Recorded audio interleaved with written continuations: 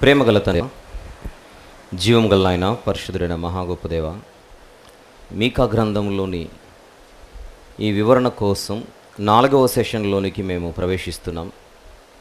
సహాయం చేయమని, నడిపించమని, ఏ మాటలైతే మా జీవితాలకు అవసరం అవి పరిపూర్ణంగా నేర్పించమని వేడుకొనుచు యేసు ప్రభు వారి పవిత్రమైన నామములో ప్రార్థన సమర్పిస్తున్నాము తండ్రి, ఆమెన్.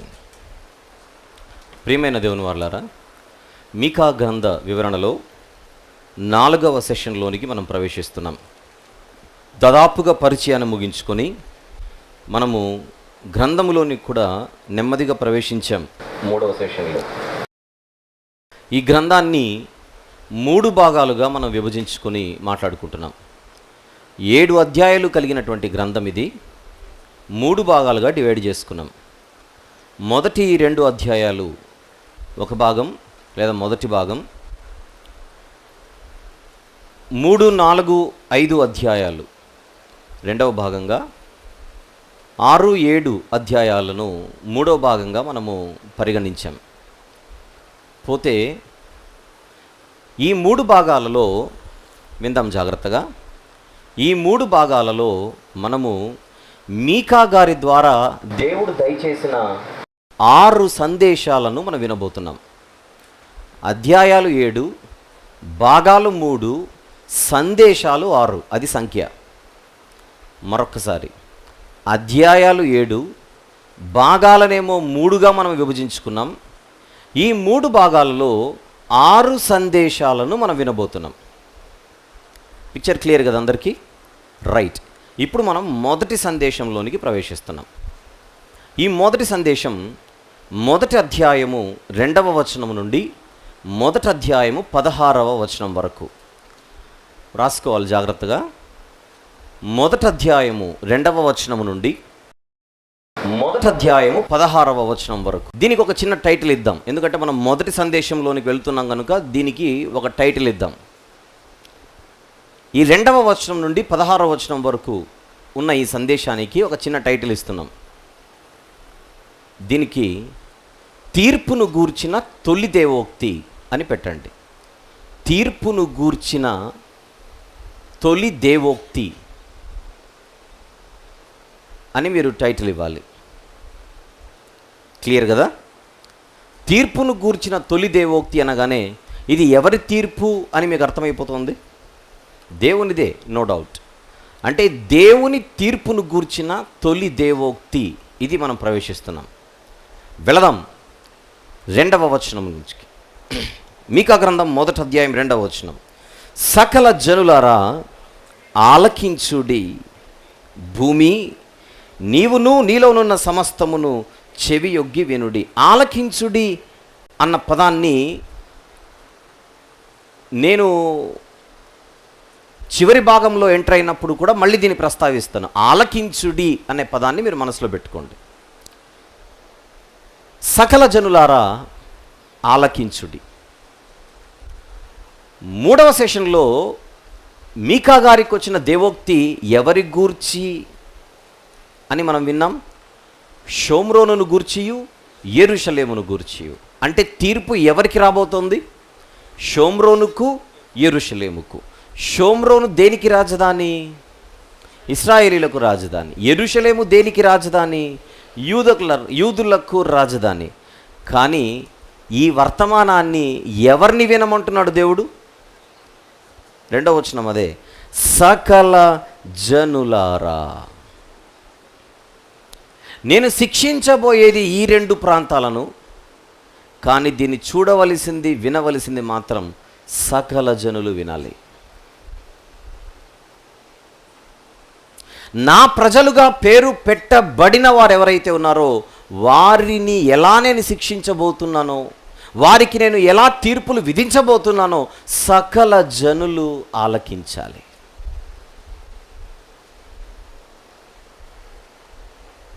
అంటే ఈ షోమ్రోనును, యెరూషలేమును దేవుడు శిక్షించబోతున్నాడు అన్నమాట. ఈ 2 ప్రాంతాలపై దేవుడు తీర్పులు విధించబోతున్నాడు అన్నమాట. ఎలా? ప్రైవేట్గా కాదు, పబ్లిక్గా, అందరి ఎదుట అందరికీ తెలిసేలా. అందుకే సకల జనులను ఆలకించమంటున్నాడు. జనులతో పాటు ఎవరు ఆలకించమంటున్నాడో చూద్దాం పక్కన. భూమి నీవును నీలోనున్న సమస్తమును చెవియొగ్గి వినుడి.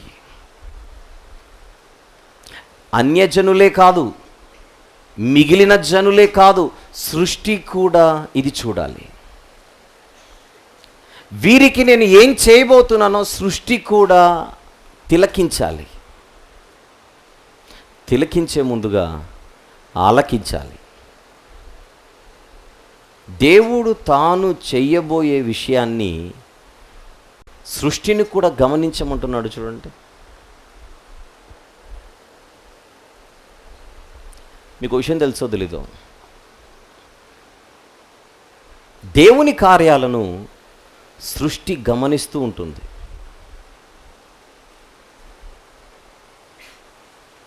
దేవుడు తన పిల్లల విషయంలో ఏం చేశాడో సృష్టి గమనిస్తూ ఉంటుంది. దేవునికి మానవులకు మధ్య జరిగే సంభాషణలు సృష్టి వింటూ ఉంటుంది. అవసరమైనప్పుడు సాక్ష్యం చెప్పడానికి సృష్టి ఎల్లవేళలా సిద్ధపడి ఉంటుంది. దేవుడు వీళ్ళకేం చెప్పాడు, వీళ్ళు దేవునికి ఏం చెప్పారు. సహజంగా దేవునికి నరులకు మధ్య నిబంధనలు చోటు చేసుకుంటూ ఉంటాయి. నిబంధనకు ఇంకొంచెం మనము ఎక్కువగా వాడే పదాలను మనం ఆలోచిస్తే కాంట్రాక్ట్ అంటాం, అగ్రిమెంట్ అని అంటాం కదా. కాంట్రాక్ట్ కుదిరింది అని అంటాం, డీల్ కుదిరింది అని అంటాం. ఒక అగ్రిమెంట్కి రావడం, దాన్ని నిబంధన అంటాం. ఇశ్రాయేలీలతో దేవుడు ఐగుప్తు నుంచి వీరు బయటికి వచ్చిన తర్వాత వారితో ఒక నిబంధన చేసుకున్నాడు దేవుడు. ఆ నిబంధనను మీరు కాంట్రాక్ట్ అంటారా అర్థం కావడానికి, అగ్రిమెంట్ అంటారా అర్థం కావడానికి, కానీ బైబిల్లో మాత్రం దాన్ని కావెనెంట్ అని అన్నాడు. ఏమన్నాడు? కావెనెంట్, నిబంధన. నిబంధన దేవునికి మనుషులకు మధ్య జరిగిన ఒక నిబంధన. అందుకే బైబిల్లో మనకు 2 నిబంధనలు కనబడతాయి, పాత క్రొత్త నిబంధనలు. ఇశ్రాయేలీలతో దేవునికి లేదా ఇశ్రాయేలీలతో దేవుడు చేసిన నిబంధన, అట్ ద సేమ్ టైం దేవునితో ఇశ్రాయేలీలు చేసిన నిబంధన.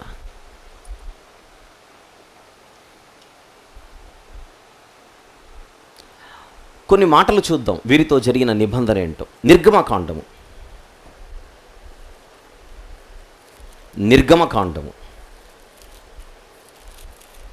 19వ అధ్యాయం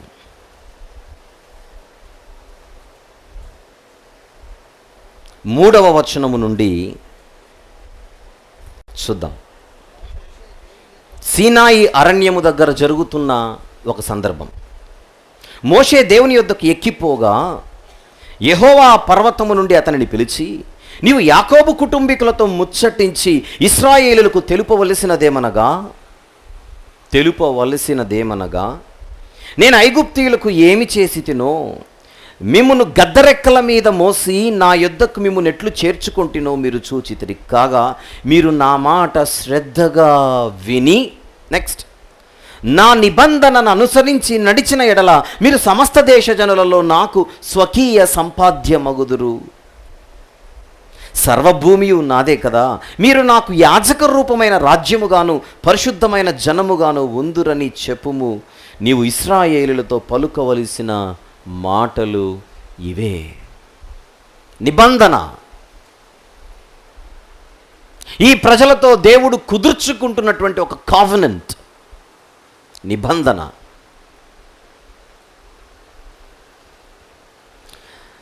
దానికి ఇశ్రాయేలీలు ఒప్పుకొనే బయలుదేరారు.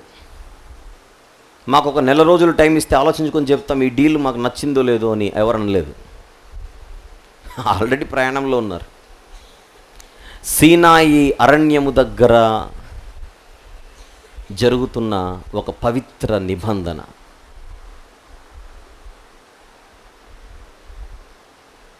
అయితే మోషే గారు లేదా మోషే గారి ద్వారా ఇవ్వబడినటువంటి నిబంధన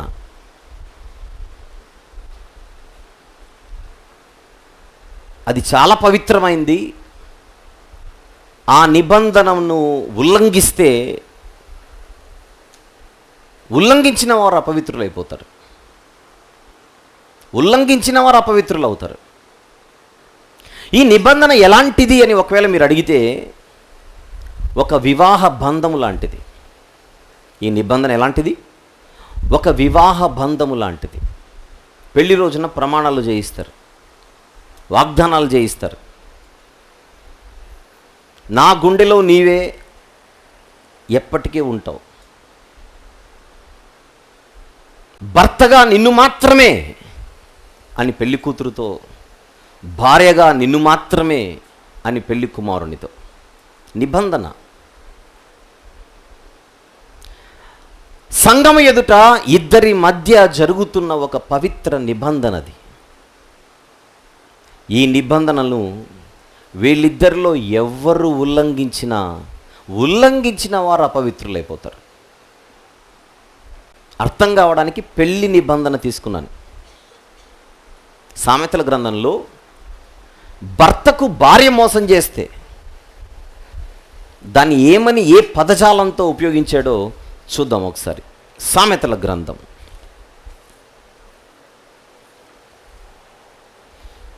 తీద్దాం. 2వ అధ్యాయం 16వ వచనము చూద్దాం. సామెతల గ్రంథము 2వ అధ్యాయము 16వ వచనం. మరియు అది జార స్త్రీ నుండి, మృదువుగా మాటలాడు పరస్త్రీ నుండి నిన్ను రక్షించును అని. కింది మాట, అట్టి స్త్రీ తన యవ్వన కాలపు ప్రియుని విడుచున్నది. ప్రియుడు అంటే ప్రేమికుడు అనుకుంటున్నారేమో, భర్త గురించి ఇది. తన యవ్వన కాలపు ప్రియుని విడుచున్నది, తన దేవుని నిబంధనను మరచున్నది.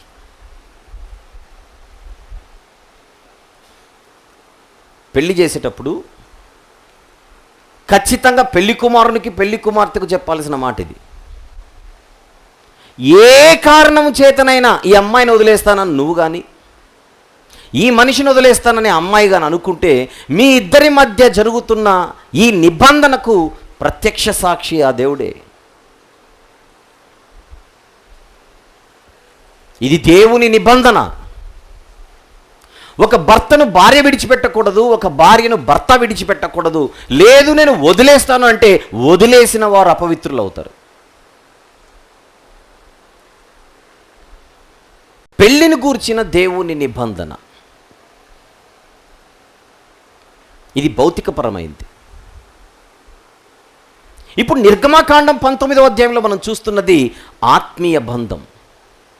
అది ఒక వివాహమే, అది ఒక వివాహ బంధం. ఆత్మీయ అర్థంతో మీరు చూడాలి. ఇశ్రాయేలీలు అనేటువంటి ఒక జనాంగాన్ని దేవుడు ఆత్మీయంగా భార్యగా స్వీకరించిన ఒక పవిత్ర సంఘటన అది. అందుకే యెషయా గ్రంథంలో దేవునికి ఇశ్రాయేలుకున్న సంబంధాన్ని ఎలా వర్ణించారో ఒక్కసారి చూద్దాం. యెషయా గ్రంథము 54వ అధ్యాయం 5వ వచనము చూద్దాం ఒక్కసారి.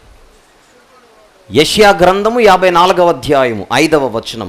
నిన్ను సృష్టించిన వాడు నీకు భర్త అయి ఉన్నాడు, సైన్యముల అధిపతియగు యెహోవా అని ఆయనకు పేరు.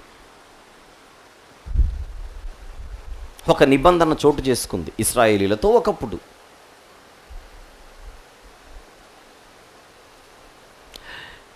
ఈ పవిత్ర నిబంధనకు సాక్షిగా మనుషులే కాదు, సృష్టి ఒక సాక్ష్యముగా సృష్టి అంతా కూడా ఒక సాక్షిగా ఆ రోజు నిలబడడానికి సిద్ధంగా ఉన్న వాతావరణం అది.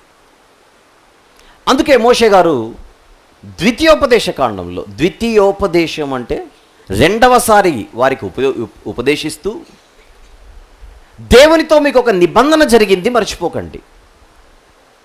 ఏనాడైనా ఆ నిబంధనను నువ్వు ఉల్లంఘించాలని అనుకుంటే నీకోసం ఎవరు సాక్షిగా నిలబడతారో నువ్వు హెచ్చరికగా దీన్ని తీసుకొని జాగ్రత్తగా ఉండాలంటున్నాడు. చూద్దాం 4వ అధ్యాయం.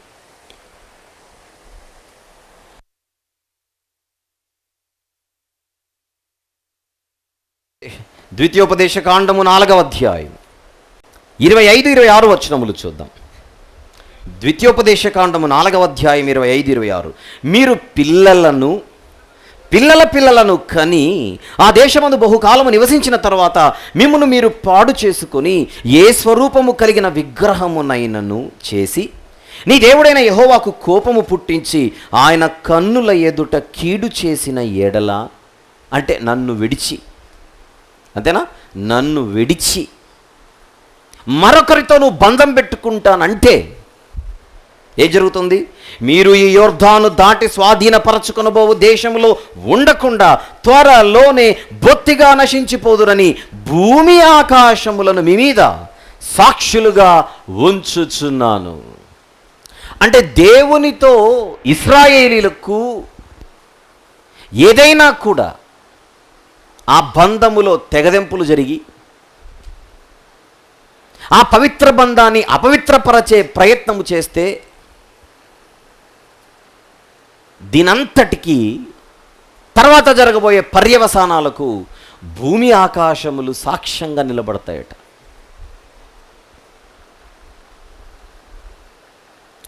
అంటే ఇదేదో రూపకాలంకారంగా చెప్పబడింది అయితే కాదు. నిజంగా నిలబడుతుందా భూమి, నిజంగా నిలబడుతుంది ఆకాశం అంటే అవసరమైతే నిజంగా నిలబడగలవు. ఇవి నిజంగా నిలబడగలవు. అసలు ఒకరి గూర్చి భూమి ఆకాశములు సాక్ష్యం చెప్పాలంటే భవిష్యత్తులో 10 సంవత్సరాలు కావచ్చు, 30 సంవత్సరాలు కావచ్చు, 100 కావచ్చు, 1000 కావచ్చు.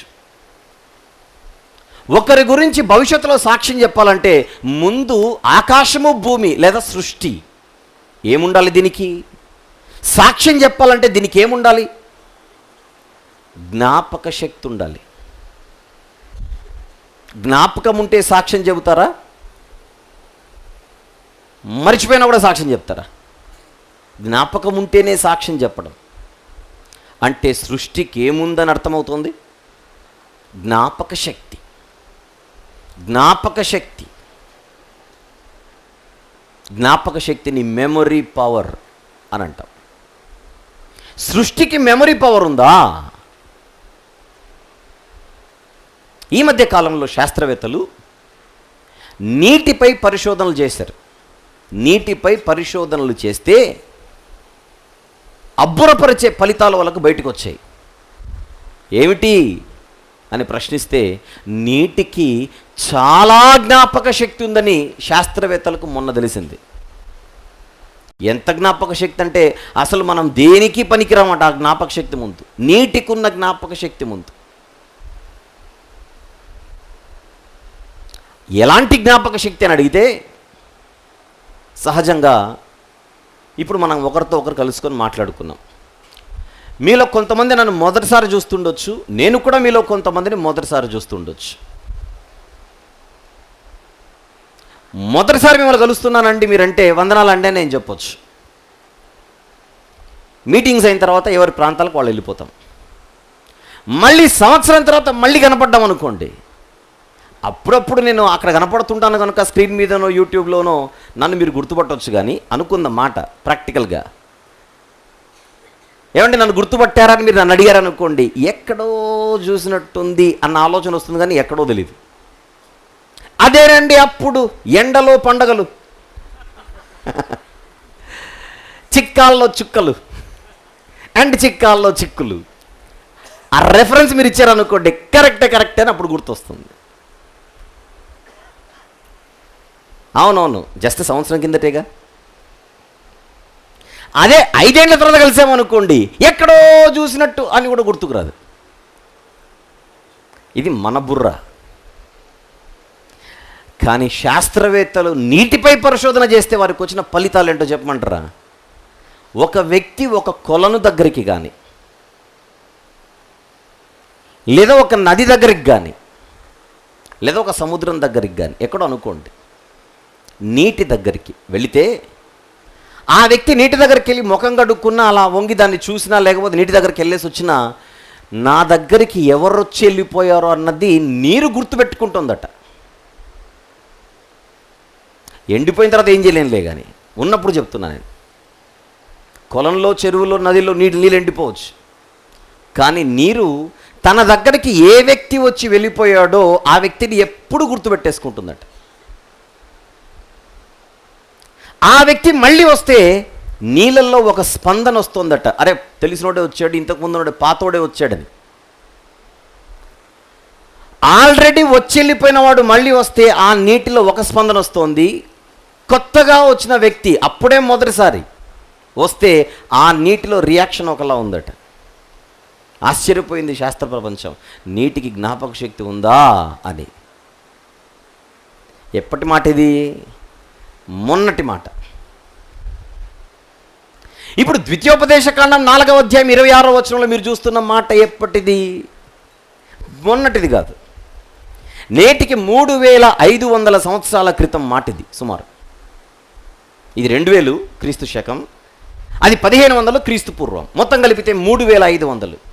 నేటికి 3500 సంవత్సరాల క్రిందటే నీటికే కాదు నాన్న, అసలు సర్వ సృష్టికే జ్ఞాపక శక్తి ఉంది అంటున్నాడు శాస్త్రవేత్త లాంటి మోషే గారు.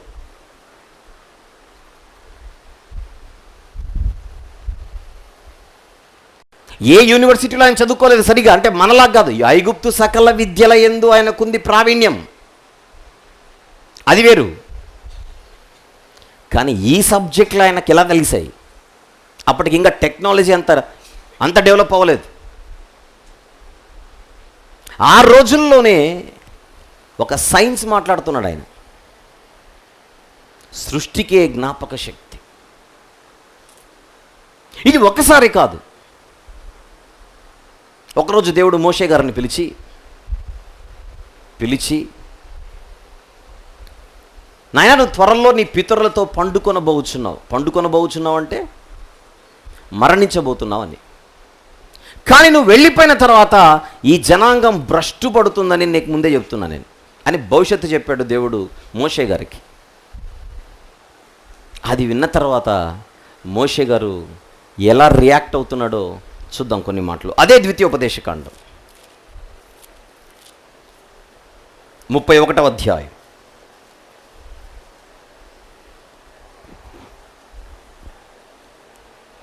28వ వచనము చూద్దాం ఒక్కసారి. ద్వితీయోపదేశకాండము 31వ అధ్యాయము 28వ వచనం.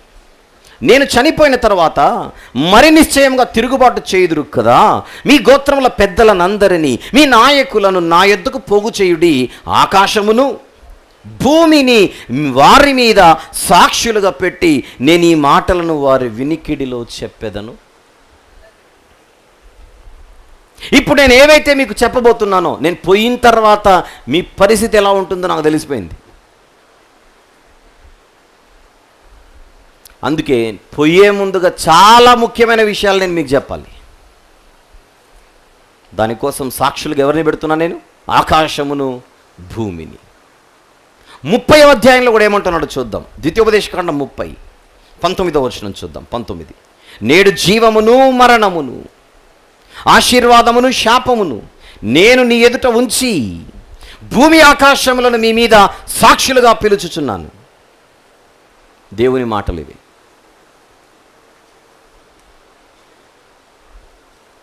సృష్టి ఏదో మనకు సేవ చేస్తూ సైలెంట్గా ఉంటుంది అనుకుంటే పొరపాటు. దేవుడు మనకేం చెబుతున్నాడు, మనము దానికి ఎలా బదులిస్తున్నాం. ఒకవేళ బదులిచ్చిన తర్వాత సరే ప్రభువా నీ మాట వింటామని ఒకవేళ మనం మాటిస్తే ఆ మాటను కూడా సృష్టి రికార్డ్ చేస్తోంది. అన్ని సాక్ష్యాలు సృష్టి దగ్గర ఉన్నాయి కనుకనే దేవుడు సృష్టిని సాక్ష్యంగా నిలబెట్టడానికి ఆయన సిద్ధపడుతున్నట్టుగా మనకు బైబిల్ మాట్లాడుతోంది. ఇది మోషే గారి గురించి. యెహోషువ గారు ఏం చేశారో చూద్దాం. ఒకరోజు ఆయన నాయకత్వంలో ప్రజలందరినీ కనానులోనికి నడిపించిన తర్వాత చివరికి వచ్చేసరికి దేవుడు ఈ దేశాన్ని మీకు ఇస్తానన్నాడు, ఇచ్చాడు. ఇక వచ్చిన దేశాన్ని నిలబెట్టుకోవడం మీ కర్తవ్యం. ఈ దేశం ఎప్పటికీ మీ చేతుల్లోనే ఉండాలంటే మీరు నిబంధనను ఉల్లంఘించకూడదు. ఆయనను మాత్రమే సేవించాలి. ఈ నిబంధనను మీరు అపవిత్రపరచకూడదు.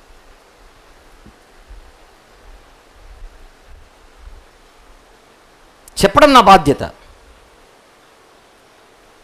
మీరు ఎవరిని సేవించినా సేవించకపోయినా నేనును నా ఇంటి వారును యెహోవానే సేవించెదము అని యెహోషువ గారు చెప్పిన తర్వాత అందరూ కూడా మేము కూడా నీ దారిలోనే నడుస్తామన్నారు.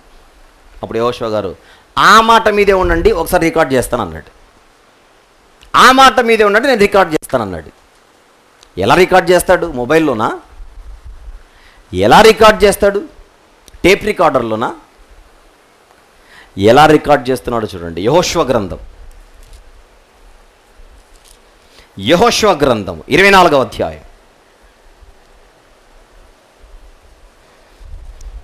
ముందుగా 15వ వచనంలోని చివరి మాట చదువుకొని కిందికి వెళ్దాం. 15వ వచనంలోని చివరి మాట, నేనును నా ఇంటి వారును యెహోవాను సేవించెదము అనెను. అందుకు ప్రజలు యెహోవాను విసర్జించి ఇతర దేవతలను సేవించిన ఎడల మేము శాపగ్రస్తులమగుదముగాక. ఆవేశంలో అన్నారో ఆలోచించి అన్నారో అనడం అయితే బాగానే అన్నారు. అప్పుడు యెహోషువ గారు ఏమంటున్నారో చూద్దాం. అప్పుడు ఆయన ఏమంటున్నారో చూద్దాం కిందికి వచ్చేసరికి 25వ వచనం నుండి. అట్లు యెహోషువ ఆ దినమున ప్రజలతో నిబంధన చేసి, ఏం చేసి? నిబంధన చేసి వారికి షెకెములో కట్టడను విధించి, కట్టడను విధిని నియమించి దేవుని ధర్మశాస్త్ర గ్రంథములో ఆ వాక్యములను వ్రాయించి రికార్డ్ చేయడానికి డివైస్ తెప్పిస్తున్నాడు. రికార్డ్ చేయడానికి పరికరాన్ని తెప్పిస్తున్నాడు. ఆ పరికరం పేరేంటో చూడండి కింద, పెద్ద రాయి. ఏంటది? రాయి. పెద్ద రాతిని తెప్పించి యెహోవా పరిశుద్ధ స్థలంలో ఉన్న సింధూర వృక్షము కింద దాన్ని నిలవబెట్టి జనులందరితో ఇట్లా, నేను ఆలోచించుడి, యెహోవా మనతో చెప్పిన మాటలన్నీ ఈ రాతికి వినబడెను. Note this point your honour అంటున్నాను ఇక్కడ. దేనికి వినబడ్డాయట దేవుని మాటలు? రాతికి వినబడెను గనుక అది మన మీద సాక్షిగా ఉండు. యాక్చువల్గా ఈ సబ్జెక్ట్ ఇప్పుడు చెప్పకూడదు అనుకున్నా నేను, తెలుసుంటుంది లేని పొరపాటున తెలియకపోతే ఇంత ఇంపార్టెంట్ విషయం ఎగిరిపోతుంది కదా అని వద్దురా తెలిసినా చెప్పు అన్నట్టు నా మనసు చెప్పి ముందుకు వచ్చాను. మళ్ళీ కొన్ని సందర్భాల్లో నేను చాలా ఇవి తెలుసుంటాయిలే అని చెప్పుకుంటూ వెళ్ళిపోతే తర్వాత ఫేషియల్ ఎక్స్ప్రెషన్ చూసి వీళ్ళకి తెలియదు అన్నమాట అని మళ్ళీ వెనక్కి వెళ్ళిపోయిన రోజులు చాలా ఉన్నాయి మళ్ళీ. అందుకే చెప్తున్నాను ఇది. ఏమంటున్నాడు కదా, ఎంత మంచి మాట. యెహోవా మనతో చెప్పిన మాటలన్నీయు, దేవుడు మనతో మాట్లాడితే ఎవరు వింటున్నారు? రాయి వింటోంది గనుక అది మన మీద సాక్షిగా ఉండును. మీరు మీ దేవుని విసర్జించిన ఎడల అది మీ మీద సాక్షిగా ఉండును. రాయా? రాయా? రాయే. రాయి ఏం చేస్తోంది? రాసుకుంటోంది. ఏం రాసుకుంటోంది? దేవుడు వీళ్ళకేం చెప్పాడు, వీళ్ళేం ఆన్సర్ చెప్పారు, మొత్తం రాసేసుకొని రేపెప్పుడైనా కూడా తేడాగా నువ్వెప్పుడు చెప్పావు మేమెప్పుడు విన్నామంటే స్విచ్ ఆన్ చేయమంటాడు అంతే. రాయితీ దగ్గరికి వెళ్ళి స్విచ్ ఎక్కడుందంటారు, స్విచ్ ఎక్కడుంది అనుకుంటారేమో, రిమోట్. అది రిమోట్ ఆయన దగ్గర ఉంటుంది, అక్కడ నొక్కగానే రాయి స్టార్ట్ చేస్తుంది. అది టెక్నాలజీ అంటే. అది టెక్నాలజీ అంటే. రాయికి ఏముంది? Memory power. నీటికుందేమో అని ఆలోచిస్తోంది శాస్త్ర ప్రపంచం. రాయికే ఉంది నాన్న అంటున్నాడు దేవుడు. సృష్టికే మెమరీ పవర్. ఇది దేవుని టెక్నాలజీ. యెహోషువ అనే దైవజనుడికి తెలిసిన టెక్నాలజీ. ఈ రూపకాలంకారం కాదు ఇది. వాళ్ళు ఓకే నీ మాట వింటామన్నారు, ఆ మాట మీదే ఉండండి రాయిదేస్తానన్నాడు. రాయేందుకు? రికార్డ్ చేయడానికి. రికార్డ్ చేయడానికి. అప్పుడప్పుడు గట్టిగా మాట్లాడకండి, గోడకు చెవులు ఉంటాయి అంటారు చాలామంది. అంటాం కదా అప్పుడప్పుడు, గట్టిగా మాట్లాడకండి గోడకు చెవులు ఉంటాయి. మీకు ఇప్పుడు చెప్పనా, చిన్నగా మాట్లాడినది వింటుంది. గట్టిగా మాట్లాడితేనే కాదు, మీరు చిన్నగా మాట్లాడినది వింటుంది. పైపెచ్చు గోడకు చెవులే కాదు, కళ్ళు కూడా ఉంటాయి. ఇది కొసమెరుపు. ఇది కొసమెరుపు.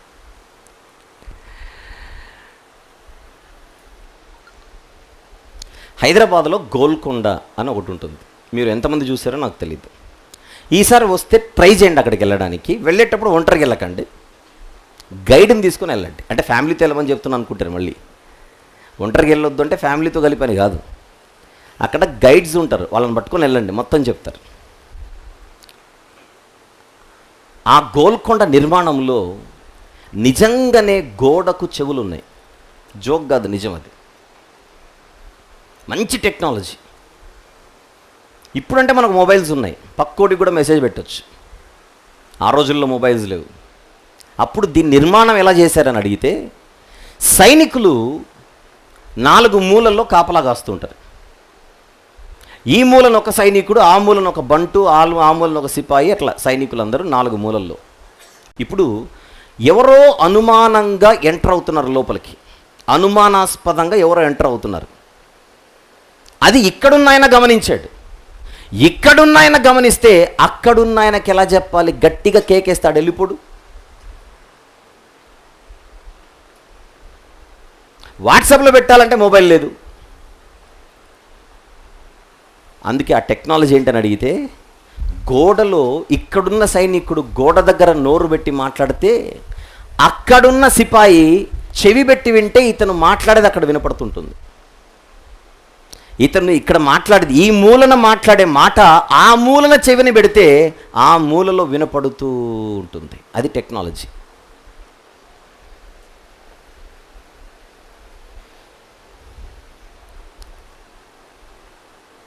గోడలకు చెవులు ఉన్నాయి అని జోక్ అనడం కాదు, నిజంగానే ఉన్నాయి వాటికి.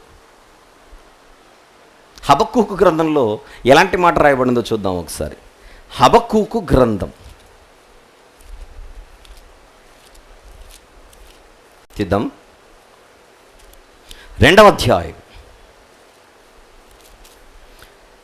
11వ వచనం చూద్దాం ఒకసారి. 11 గోడలలోని రాళ్ళు మొరపెట్టుచున్నవి, దూలములు వాటికి ప్రత్యుత్తరం ఇచ్చుచున్నవి.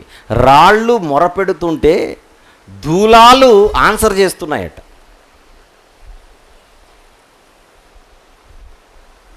బోధకుడా, నీ శిష్యులను ఊరకుండమని చెప్పు అన్నారు పరిసయ్యులు అంటోళ్ళు. అప్పుడు యేసుప్రభు, వీళ్ళు సైలెంట్గా ఉంటే వైలెంట్ అవుతాయి అన్నాడు. ఏవి? వీళ్ళు ఊరకుండిన ఎడల ఈ రాళ్ళు కేకలు వేయును, తట్టుకోలేరు మీరు. చిన్న గొంతులు మనిషివి, ఆ గొంతులు కేకలేస్తేనే తట్టుకోలేకపోతున్నారు. ఆ రాళ్ళు కేకలేయడం మొదలు పెడితే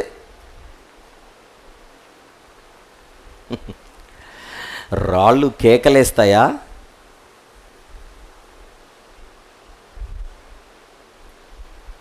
హోసన్నా హోసన్నా హోసన్నా అని అంటే సైలెంట్గా ఉండమని చెప్పంటే వీళ్ళు సైలెంట్గా ఉంటే అవి లేస్తాయి. ఎప్పుడు వీళ్ళు సైలెంట్గా ఉంటే అవి స్టార్ట్ చేస్తాయి. తట్టుకోలేరు మీరు.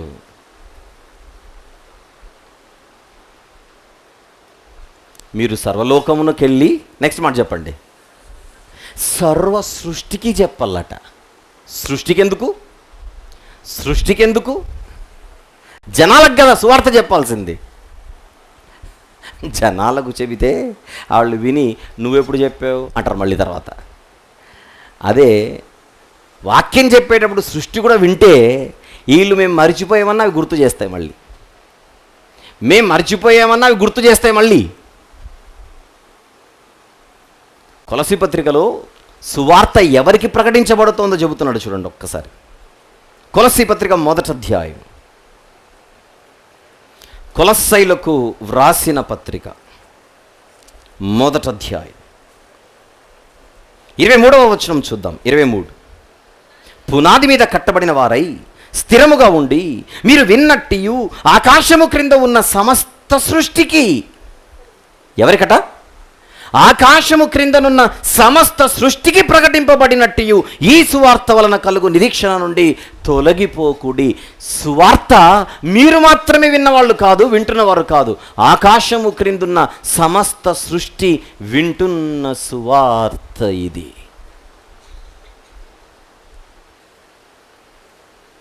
ఇప్పుడు మళ్ళీ మోషే గారి దగ్గరికి వెళ్దాం ఒక్కసారి.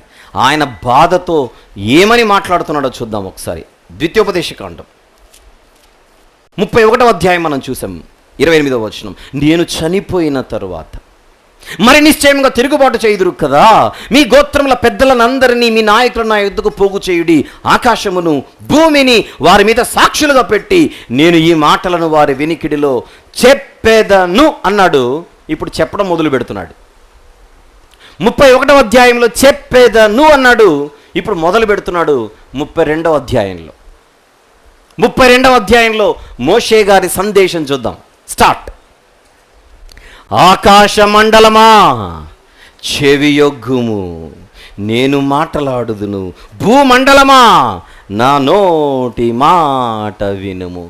నేను ఈ లోకాన్ని విడిచి వెళ్ళే కాలం సమీపమైనది. నేను వెళ్ళేలోపు వీరికి చెబుతున్న మాటలు, ఆకాశ మండలమా నువ్వు వినాలి, నువ్వు వినాలి, భూమండలమా నువ్వు ఆలకించాలి.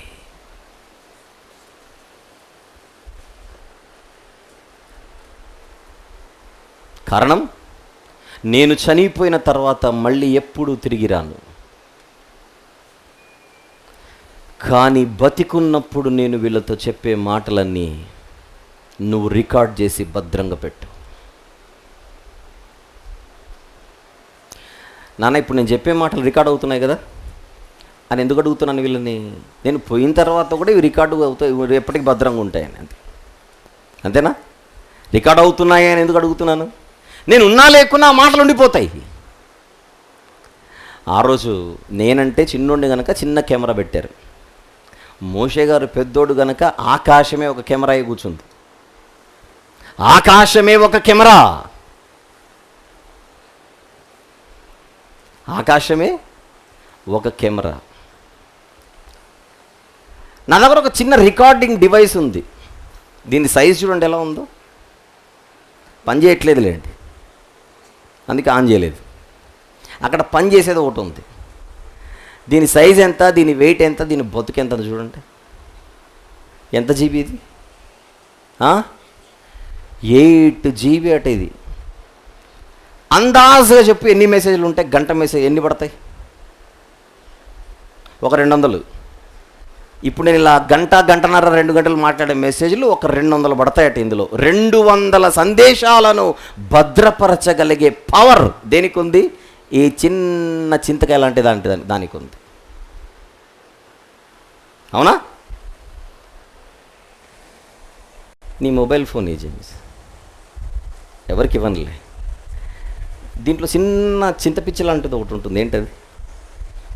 మెమరీ కార్డ్ అట. నాకు తెలియక అడిగాను అంతే.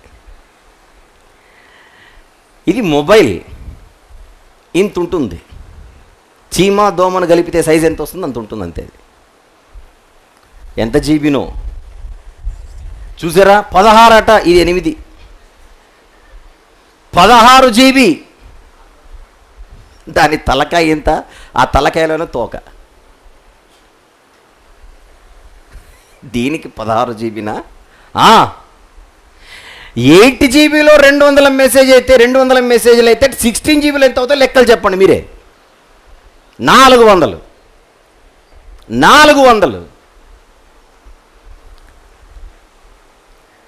చిప్పు, దాని పేరు మెమరీ కార్డ్.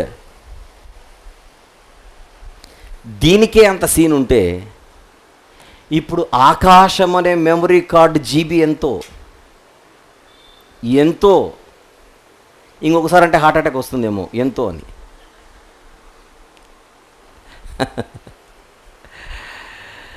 అన్లిమిటెడ్ అది. ఏంటది? Unlimited memory power. ఎన్నైనా, ఎంతమంది అయినా, ఎవరైనా. అందులో ఒక మెసేజ్ రికార్డ్ అయిపోయింది ఇప్పుడు. ఎవరిది? మోషే గారిది. ఆకాశ మండలమా చెవియొగ్గుము, భూమండలమా నా నోటి మాట విను. రికార్డ్ చేసేసాయి మోషే గారి మెసేజ్. మనిషి ఏదో అనుకుంటున్నాడు, నేనేం చేసినా ఏమి కాదు, ఏం చేసినా ఎవరు చూడట్లేదని. మొత్తం పెద్ద నిఘా ఇది. ఒక పెద్ద నిఘా వ్యవస్థలో మనం బతుకుతున్నాం. మొన్న ఒక దొంగతనం చేయడానికి వెళ్ళి సీసీ కెమెరా ఉంటుందని ముందే గ్రహించి ప్లేట్ అడ్డం పెట్టుకొని వెళ్ళాడు, ముఖం కనపడకుండా. ఈ పిచ్చోడు చేసిన పని ఏంటంటే కరెక్ట్గా కెమెరా దగ్గరకు వచ్చిన తర్వాత కెమెరా ఉందో లేదని తీశాడు. కనీసం అవతలకు పోయి చూసినా బాగానే ఉండేది. కరెక్ట్గా కెమెరా దగ్గరకు వచ్చి ప్లేట్ తీశాడు. ఉందని మళ్ళీ పెట్టుకున్నాడు. మళ్ళీ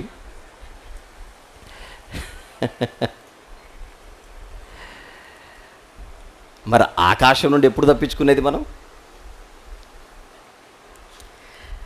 దేవుడు మనుషులతో మాట్లాడే ప్రతి మాట భూమి ఆకాశములు చూస్తూ వింటూ రికార్డ్ చేస్తున్నాయి.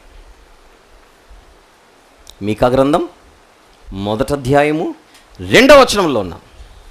I'm right? మీకా గ్రంథం 1వ అధ్యాయము 2వ వచనం. సకల జనులారా ఆలకించుడి, భూమి నీవును నీలోనున్న సమస్తమును చెవియొగ్గి వినుడి. అది మీకా 1:2. మీకా 1:2లో ఏముందో యెషయా 1:2లో ఏముందో చూద్దాం. మీకా 1:2లో ఏముందో చూశారు, యెషయా 1:2లో ఏముందో చూడాలి. యెహోవా మాట్లాడుచున్నాడు, ఆకాశమా ఆలకించు, భూమి చెవియొగ్గు. సేమ్. ఇంతగా అవెందుకు వినాలి? మనిషి మాయగాడు గనుక, మనిషి మంచోడు కాదు గనుక.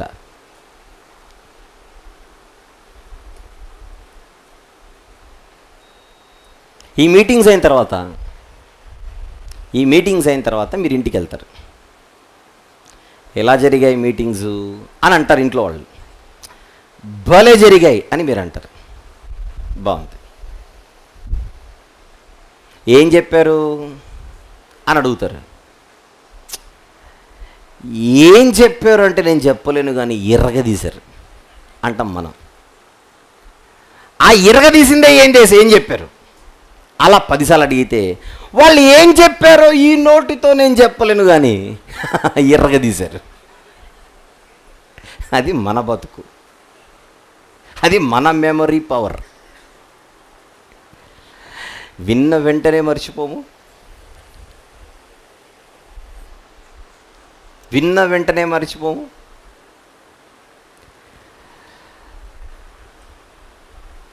అంటే మనం డేటా ఎక్కువ స్టోర్ చేసుకోవడానికి ఇష్టపడం అంతే. విన్న వెంటనే డెలీట్ రీసైకిల్ బిన్.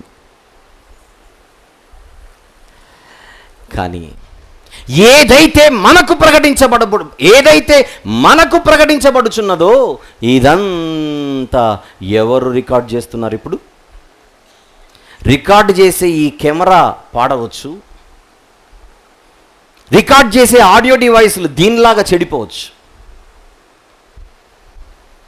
కానీ ఎప్పటికీ చెడిపోనంత సారము కలిగినదే ఈ సర్వ సృష్టి. ఒక్కచోట ఆకాశం ఆలకించంటే బాగానే ఉంది, కానీ ఎన్ని చోట్ల చెబుతున్నాడు ఆలకించు ఆలకించు ఆలకించు. దేవుడు యెహోవా మాట్లాడుచున్నాడు ఆలకించు అన్నాడంటే సృష్టికి మ్యాటర్ అర్థమైపోతుంది, ఏదో జరిగింది రాని. సృష్టికి మ్యాటర్ అర్థమైపోయినట్టు ఇంకా రెడీగా ఉంటాయి అంతే. అదే మీకా 1:2లో. ఏమిటది? సకల జనులారా కమ్ బ్యాక్, ఆలకించుడి. భూమి నీవును నీలోనున్న సమస్తమును చెవియొగ్గి వినుడి. ప్రభువగు యెహోవా మీ మీద సాక్ష్యము పలుకబోచున్నాడు. ప్రభువగు యెహోవా మీ మీద సాక్ష్యము పలకబోచున్నాడు. మీ మీద అంటే భూమి ఆకాశముల మీదని కాదు. ఆ భూమి ఆకాశములలో ఆ భూమి మీద బ్రతుకుతున్న షోమ్రోను పట్టణవాసులు, యెరూషలేము పట్టణవాసులు. ఆయనే సాక్ష్యమా? ఆయనే సాక్షిగా నిలబడుతున్నాడా? సృష్టితో పాటు దేవుడే సాక్షిగా నిలబడుతున్న వైనం ఇది. సృష్టి సాక్ష్యంగా నిలబడుతోందంటేనే గుండెలు పగులుతున్నాయి. ఇక్కడ దేవుడే నేనేరా సాక్షి అంటున్నాడు. ఇంకేం చేద్దాం? ఇక్కడ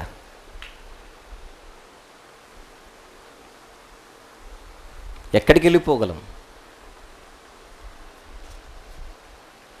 ఒక విషయం చెప్తా మీకు. బైబిల్లో 2 దొంగ ప్రవక్తలు ఉన్నారు.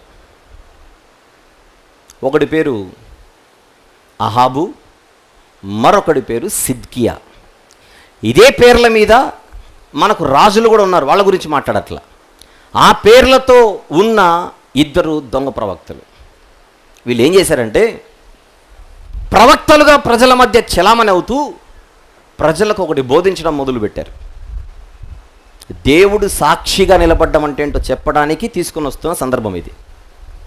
వాళ్ళిద్దరు ఏం చేశారని అడిగితే ప్రజలకు ఏమని బోధిస్తున్నారు? మనము వ్యభిచారము చేసిన తప్పు లేదని బోధించి చెప్పడమే కాదు, పొరుగు వారి భార్యలతో ఈ ప్రవక్తలిద్దరూ వ్యభిచారం చేయడం మొదలుపెట్టారు. వింటుంటేనే మనకెలానో ఉంది. అప్పుడు దేవుడు ఏమని మాట్లాడుతున్నాడు చూడండి ఒక్కసారి. దేవుడు సాక్షిగా నిలబడడానికి ఒక చిన్న సందర్భం అది. ఇర్మియా గ్రంథం 29వ అధ్యాయం. ఇర్మియా గ్రంథం 29, 21, 22 వచనములు చూద్దాం. నా నామమును బట్టి మీకు అబద్ధ ప్రవచనములు ప్రకటించు కోలాయా కుమారుడైన అహాబును గూర్చియు, మయషేయ కుమారుడైన సిద్కియాను గూర్చియు ఇశ్రాయేలు దేవుడును సైన్యములకు అధిపతి ఉన్నగు యెహోవా ఈలాగు సెలవిచ్చుచున్నాడు, ఆలకించుడి. వారు ఇశ్రాయేలీలలో దుర్మార్గము జరిగించుచు తమ పొరుగు వారి భార్యలతో వ్యభిచరించుచు నేను వారికి ఆజ్ఞాపింపని అబద్ధపు మాటలను నా నామమును బట్టి ప్రకటించుచు వచ్చిరి. నెక్స్ట్ మాట, నేనే ఈ సంగతిని తెలుసుకుని వాడనై సాక్షిగా ఉన్నాను అంటున్నాడు దేవుడు. దేవుడే సాక్ష. అదే మీకా గ్రంథంలో నేనే సాక్షిగా నిలబడుతున్నాను. ప్రభువగు యెహోవా మీ మీద సాక్ష్యము పలుకబోచు. మీ మీద అంటే మీకు వ్యతిరేకంగా అని అర్థం. నా మీద సాక్ష్యం చెప్పడానికి ఈ ఊర్లో ఎవడికి అంత దమ్ము లేదంటాడు ఒక ఆయన. నా మీద సాక్ష్యం చెప్పడం అంటే నాకు వ్యతిరేకంగా అని అర్థం, అది విషయం. కానీ షోమ్రోను యెరూషలేముల మీద సాక్ష్యము చెప్పడానికి దేవుడే వేంచేయుచున్నాడు. ఆకాశమా ఆలకించాలి, భూమి చెవియొగ్గాలి. దేవుడు సాక్షి. దేవుడు సాక్షి. పరిశుద్ధాలయములో నుండి ప్రభువు మీ మీద సాక్ష్యము పలుకబోచున్నాడు. ఎక్కడి నుంచి సాక్ష్యం? ఎక్కడి నుంచి సాక్ష్యం? దేవుడు పరిశుద్ధాలయము నుండి. పరిశుద్ధాలయము నుండి ప్రభువు మీ మీద సాక్ష్యము పలుకబోచున్నాడు. కీర్తనల గ్రంథంలోని 11వ కీర్తనలో ఒక మాట. కీర్తనల గ్రంథములోని 11వ కీర్తనలో ఆయన పరిశుద్ధాలయం ఎక్కడుందో చూద్దాం ఒక్కసారి. 11వ కీర్తన 4వ వచనము చూద్దాం ఒక్కసారి. యెహోవా తన పరిశుద్ధాలయంలో ఉన్నాడు, ఆయన సింహాసనము ఆకాశమందున్నది. ఆకాశాన్ని సింహాసనంగా చేసుకొని అక్కడ ఆసీనుడై, ఆయన ఎక్కడైతే ఆసీనుడిగా ఉన్నాడో అదే పరిశుద్ధాలయమై, ఆ పరిశుద్ధాలయంలో నుండి దేవుడు ఏం చేస్తున్నాడు? నరులను కన్నులారా చూచుచు తన కను దృష్టి చేత వారిని పరిశీలించుచున్నాడు. చూడట్లేదా? ఎవరు చూడట్లేదా? ఏం చేసినా ఎవరు పట్టుకోలేకపోతున్నారా? ఇదేనా మన ధైర్యం? ఇదేనా మన ధైర్యం? నిఘా, ఇది దేవుని నిఘా వ్యవస్థ.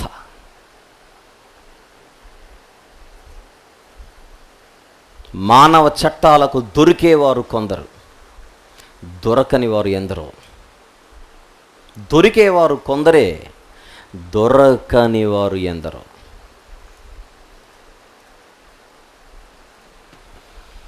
కానీ దేవుని దృష్టికి దొరకని వారంటూ ఎవ్వరు ఉండరు, ఎవ్వరు ఉండరు.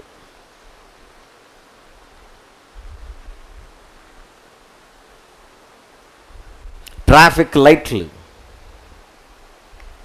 ఉంటే ఒక భయం, లేకపోతే ఒక భయం. లేకపోతే ఎవడి రాజ్యం వాడిదే, ఎవడికి భయపడ్డు. అదే లైట్లుంటే అమ్మో లైట్లు ఉన్నాయి, వెలక్కపోతే సరే వెలగలేదు, వెలిగితే అప్పుడు ఎరుపు రంగు పడితే, రెడ్ లైట్ పడితే ఆగి చావాల్సిందే. కానీ కొంతమంది ఆగరుగా, వెళ్ళిపోతారు. వెళ్ళిపోయే ముందు వాళ్ళు ఏం చెక్ చేస్తారు? లైట్ వెలిగితే వెలిగింది, కానీ లైట్ కింద మామ ఉన్నాడా లేదా అని చూస్తారు. మామ కోన్ హే? పోలీస్ మామ హే. ఈ మధ్య కాలంలో ఇంకొకటి వచ్చిందండోయ్, మీరు కోపడకండి. ఈ మధ్య కాలంలో ఇంకొకటి వచ్చింది. పోలీసు ఉంటే ఒక భయం, కొన్ని చోట్ల పోలీస్ చేతిలో కెమెరా ఏముందో చెక్ చేస్తున్నారు. ఇప్పుడు ఈ మధ్యలో పోలీసుల చేతిలో చిన్న కెమెరాలు ఉంటాయి, చిన్న కెమెరాలు ఉంటాయి. ఎవడైనా జంపు చేస్తే కలక్ అని క్లిక్ చేస్తారు. అది తెలిసి కొందరు పోలీసు ఉంటే ఒక భయం, పోలీసు చేతిలో కెమెరా ఉంటే ఇంకొక భయం. కెమెరా లేదనుకోండి ఇంక ఎగిరిపోయినట్టే. ఎవడు పట్టుకుంటాడు? ఇక కెమెరా ఉంటేనే ఆగుతున్నారు ఈ మధ్య. ఇది పోలీసు వాళ్ళకి తెలిసి అమ్మ దొంగల్లారా మీ పని పడతామని చేతిలో కెమెరానే కాకుండా లైట్లకే కెమెరా పెట్టారు. లైట్లకే కెమెరా పెడితే అప్పుడు సిగ్నల్ దగ్గరకు వచ్చినప్పుడు ఏం చేస్తున్నాడు చెప్పనా? లైట్ చూస్తాడు, కింద పోలీసుని చూస్తాడు, ఆ లైట్ కింద ఉందో లేదో చూస్తాడు. లేకపోతే జంప్ జంప్.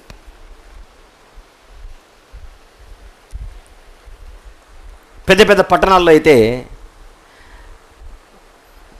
ఒక ఔటర్ రింగ్ రోడ్ లాంటి ప్రాంతాల్లో,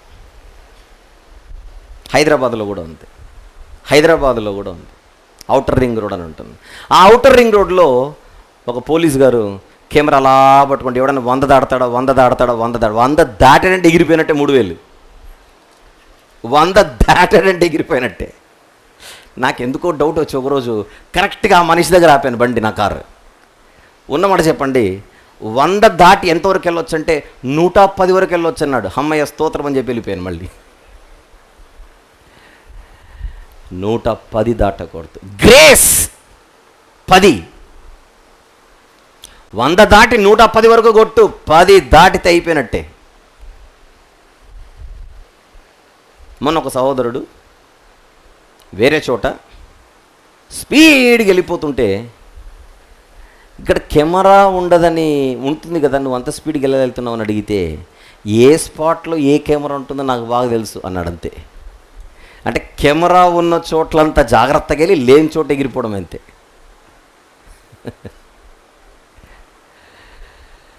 ఎందుకు చెప్తున్నాను చెప్పనా? ఒక కెమెరా కన్ను నిన్ను చూస్తోంది అని అంటే భయపడుతున్నాం. ఎక్కడైతే చూడట్లేదో వెళ్ళిపోతున్నాం. ఇప్పుడు విషయం ఏంటంటే, దేవుడు ఆకాశమందు ఆసీనుడై తన కను దృష్టి చేత ఎవరిని? నరులందరినీ పరిశీలిస్తున్నాడు. నరులందరినీ పరిశీలిస్తున్నాడు. ఇది కాదా నిఘా?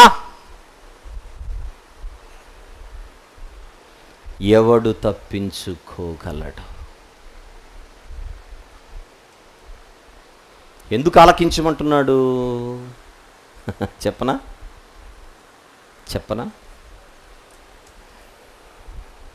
నా పిల్లలను పెంచి నేను వారిని గొప్పవారిగా చేసి తిని వారు ఇప్పుడు నా మీదే తిరుగుబాటు చేయుచున్నారు. నీకు విధేయులుగా ఉంటామని ఒకనాడు మాటిచ్చారు. నిబంధన, కాంట్రాక్ట్, అగ్రిమెంట్. ఆ నిబంధనను ఏం చేస్తున్నారు ఇప్పుడు ఈ పిల్లలు? ఉల్లంఘిస్తున్నారు. కాంట్రాక్ట్ని ఉల్లంఘించడం అంటే ఏమంటారు? Breach of contract. ఇది నిబంధన ఉల్లంఘన. అది దేవుని వ్యాజ్యం.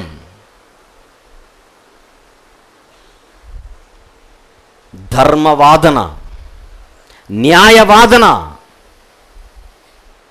ఇంగ్లీష్లో కరెక్ట్గా మాట్లాడితే ఇది ఒక జ్యుడిషియల్ డిస్ప్యూట్. ఏమిటిది? ఒక జ్యుడిషియల్ డిస్ప్యూట్. ఆ మాటలు చూస్తుంటే ఎక్కడో కోర్టులో ఉన్నట్టుంటుంది. ఇది ఎక్కడో కోర్టులో ఉన్నట్టుంటుంది. మీకు చెప్పానుగా, మీకా గారు యెషయా గారు సమకాలీకులు ఏకకాలంలో మాట్లాడారని.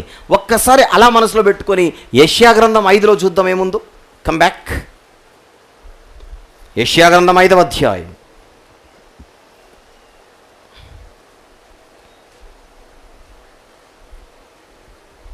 3వ వచనము చూద్దాం ఒకసారి.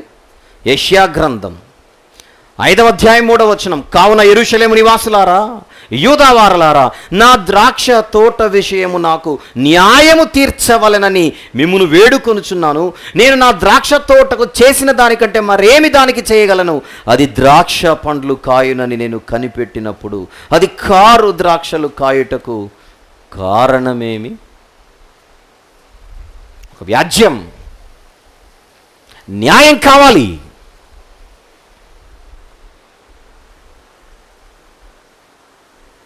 ఒక వ్యాజ్యం, ఒక వాదన.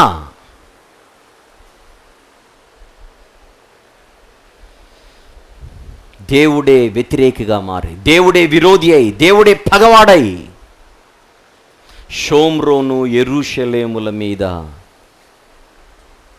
వేయబోచున్న ఆరోపణలు, నిరూపించబోతున్న ఆధారాలు పరిశుద్ధాలయములో నుండి ప్రభువు మీ మీద సాక్ష్యము పలుకబోచున్నాడు.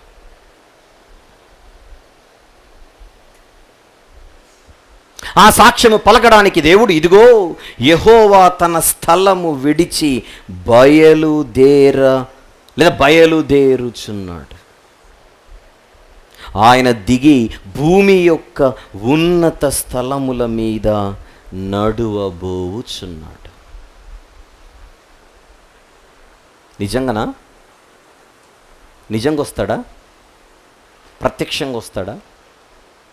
పరిశుద్ధాలయములో నుండి కదా, పరిశుద్ధాలయములో నుండి ప్రభువు మీ మీద సాక్ష్యము పలుకబోచున్నాడు.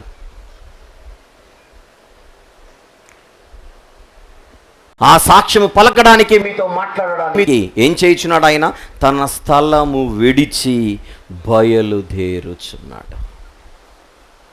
ఆయన రాక, ఆయనే రాబోచున్నాడు. ఆయనే రాబోచున్నాడు. ఎప్పుడు రాబోచున్నాడు? ఎలా రాబోచున్నాడు? ఆ రాకడ ఎలా ఉంటుంది? వస్తే ఏమవుతుంది? మీకా గ్రంథం 1వ అధ్యాయం 2వ వచనం నుండి 16వ వచనం వరకు మనం మాట్లాడుకుంటోంది తొలి సందేశం. మొత్తం మీకా గ్రంథంలో ఎన్ని సందేశాలని చెప్పాను? 6 సందేశాలలో మనం మొదటి సందేశంలోనికి ప్రవేశించాం. ఏమని టైటిల్ ఇచ్చాం దీనికి? తీర్పును గూర్చిన తొలి దేవోక్తి. ఆ తీర్పు వెల్లడిపరచడానికి దేవుడు సిద్ధపడి రాబోచున్నాడు ఆయన వస్తే ఎలా ఉంటుంది, ఏ విధంగా వస్తాడు, ఏ రూపంలో వస్తాడు, వచ్చిన తర్వాత ఏం జరుగుతుంది, ఇదంతా రేపు ఉదయం 2వ క్లాస్ నుంచే నేను స్టార్ట్ చేస్తాను. రేపు ఉదయం 2వ తరగతి ఎవరిదో తెలీదు, ఎవరిదైనా నేను తీసుకుంటాను. రేపు ఉదయం 2nd క్లాసే నాది. మార్నింగ్ టైంలో ఎక్కువ నేను కవర్ చేస్తాను. సో ఈయన 3వ తరగతికి వస్తాడు, నేను కూడా 3వ తరగతికి వస్తాను అని ఎవరైనా స్కెచ్లు వేస్తే మీకు శుభవార్త. అప్పటికి గంట మెసేజ్ అయిపోయి ఉంటుంది. త్వరగా సిద్ధపడి రేపు ఉదయానికి వచ్చేయండి. దాని అర్థం రాత్రి మీటింగ్ లేదని కాదు, సాయంత్రం మీటింగ్ ఉంది. కలుసుకుందాం. ప్రార్థన. ప్రేమగల తండ్రి, కృపగల దేవ, విలువైన మాటలు మేము మాట్లాడుకోవడానికి, ఎన్నో విషయాలు నేర్చుకోవడానికి తండ్రి మా శరీరములను సిద్ధపరచుకొని కూర్చుంటుండగా మమ్మను బలపరచమని, నడిపించమని, మీకా గ్రంథములో 6 సందేశాలు వినడానికి మేము సిద్ధపడి మీ ప్రియమైన పిల్లలుగా, విద్యార్థులుగా, శిష్యులుగా కూర్చుని ఉండగా కేవలము మీ సహాయము చేత మాత్రమే ఈ గ్రంథాన్ని మేము నేర్చుకోనగలమని మీ పాదాల చెంత ఒప్పుకొనుచు తండ్రి, ఆనాడు మీకా గారిని బలపరిచినట్టుగా మమ్మల్ని కూడా బలపరిచి, నడిపించి, అన్ని విషయాల్లో మమ్మల్ని మీ ఎదుట తండ్రి మెరుగుపరుస్తూ నడిపించమని కోరుచు యేసు ప్రభు వారి పవిత్రమైన నామములో ప్రార్థన సమర్పిస్తున్నాము తండ్రి. Amen, amen.